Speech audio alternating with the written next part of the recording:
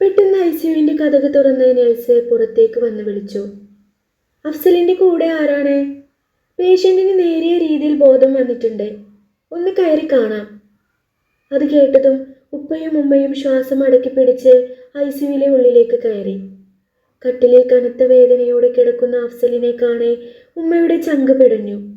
എൻ്റെ മോനെ എന്ന് പറഞ്ഞു ഉമ്മ ശബ്ദമിട്ടതും അഫ്സൽ പതുക്കെ തൻ്റെ കണ്ണുകൾ തുറന്നു. ഉപ്പ ഉമ്മാനെ ചേർത്ത് പിടിച്ചു നിന്നു. അപ്പുറത്തു നിന്ന് നഴ്സ് പറഞ്ഞു, പേഷ്യന്റിന് ബുദ്ധിമുട്ടുണ്ടാക്കുന്ന രീതിയിൽ സംസാരിക്കരുത് പ്ലീസ്, ദയവ് ചെയ്ത് ഞങ്ങളെ സഹകരിക്കുക. അവൻ വല്ലാതെ തളർന്നെങ്കിലും അവൻ്റെ കണ്ണുകൾ റൂമിലാകെ പരതി നടന്നു. അവൻ്റെ ചുണ്ട് ചെറിയ രീതിയിൽ ചലിച്ചു. ഉമ്മ, ഉപ്പ.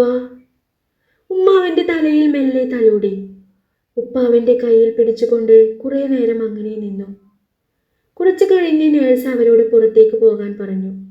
അവർ അഫ്സലിൻ്റെ നെറുകയിൽ ഒരു മുത്തം നൽകി പുറത്തേക്ക് ഇറങ്ങി. താൻ കാണാൻ കൊതിച്ച തൻ്റെ പ്രാണനായ ഫസിയുടെ മുഖം അവിടെയെങ്ങും കാണാത്തത് കൊണ്ട് അഫ്സലിൻ്റെ നെഞ്ച് വല്ലാതെ വിങ്ങി. താൻ ഇത്രയും വലിയൊരു അപകടത്തിൽ കിടന്നിട്ടും അവൾ തന്നെ കാണാൻ വന്നില്ലല്ലോ എന്നോർത്തപ്പോൾ ആ വേദനയിലും അവൻ്റെ കണ്ണുകൾ നിറഞ്ഞൊഴുകി. കൺകോണിൽ നിന്നും വീണ ആ കണ്ണുനീർ തുള്ളികൾ പതുക്കെ അവൻ്റെ തലയിണയിലേക്ക് പകർന്നു.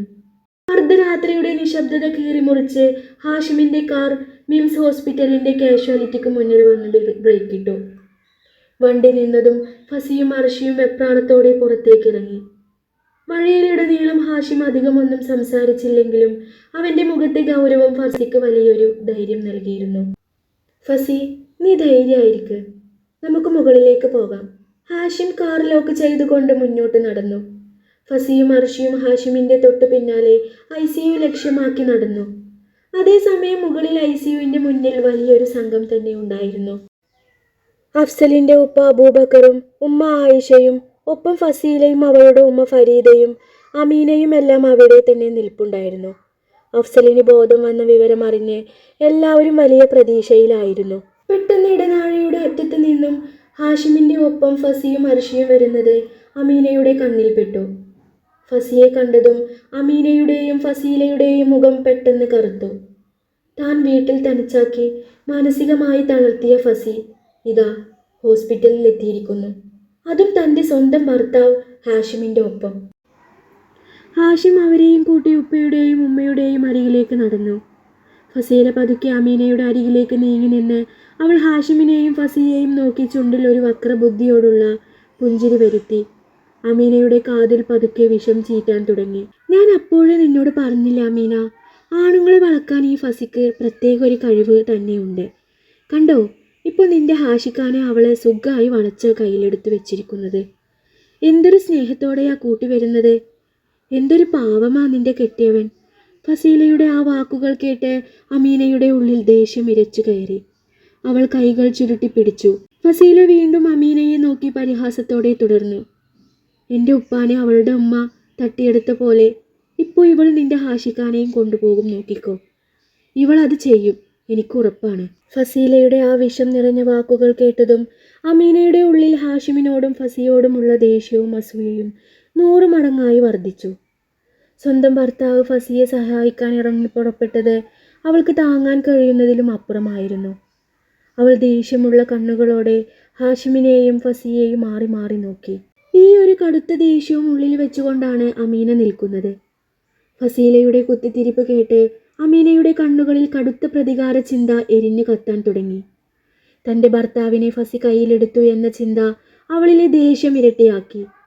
ആ കലിപ്പിൽ നിൽക്കുമ്പോഴാണ് ഐസിയുവിൻ്റെ വാതിൽ തുറന്ന് ഡോക്ടർ പുറത്തേക്ക് വന്നത്. ചുറ്റും നിന്നവരെ ഒന്ന് നോക്കിയിട്ട് ഡോക്ടർ പറഞ്ഞു, ആളിപ്പോൾ ഓക്കെ ആയി വരുന്നുണ്ട്. അവനെ ഇനി ആരെങ്കിലും കാണാൻ ബാക്കിയുണ്ടോ? വിസിറ്റേഴ്സിൻ്റെ ടൈം കഴിയാറായിട്ടുണ്ട്, അതുകൊണ്ട് പെട്ടെന്നാവട്ടെ. ഫസിയെ എല്ലാവരുടെയും മുന്നിൽ വെച്ച് അപമാനിക്കാനും ഫസീലയെ അകത്തേക്ക് കയറ്റാനും വേണ്ടി അമീന വേഗം ഫസീലയുടെ കൈ പിടിച്ച് ഡോക്ടറുടെ മുന്നിലേക്ക് നടന്നു. ഉണ്ട് ഡോക്ടർ, ഇതാണ് ഫസീല. ഇക്കയ്ക്ക് ഏറ്റവും പ്രധാനപ്പെട്ട ആളാണിത്. ഇവൾ അകത്തേക്ക് കയറ്റി വിട്ടോളൂ. ഈ സമയം ഉപ്പയും ഹാഷിമും അവിടെ ഉണ്ടായിരുന്നില്ല. ഹോസ്പിറ്റലിലെ എന്തോ പേപ്പർ ശരിയാക്കാൻ വേണ്ടി ഉപ്പ താഴേക്കും ഹാഷിം പുറത്തേക്കും പോയിരിക്കുകയായിരുന്നു. അവർ കൂടെയില്ലാത്ത ആ സമയം നോക്കി ഹാഷിമിനോടും ഫസിയോടുമുള്ള കടുത്ത പക വീട്ടാൻ അമീനക്ക് അതൊരു വലിയ അവസരമായി തോന്നി. ഫസി അവിടെ നെഞ്ചു പൊട്ടി നിൽക്കുന്നത് കണ്ടിട്ടും അമീന കാണിച്ച ആ കൊടും ക്രൂരത കണ്ട് ഉമ്മയ്ക്ക് സഹിച്ചില്ല. അമീന, നീ എന്തൊക്കെയായി കാണിക്കുന്നത്? അഫ്സലിൻ്റെ ഭാര്യതായി ഇവിടെ നിൽക്കുമ്പോൾ നീ ആരെയായി കയറ്റിവിടുന്നത് എന്ന് ചോദിച്ചു ഉമ്മ അവളെ തടയാൻ നോക്കി.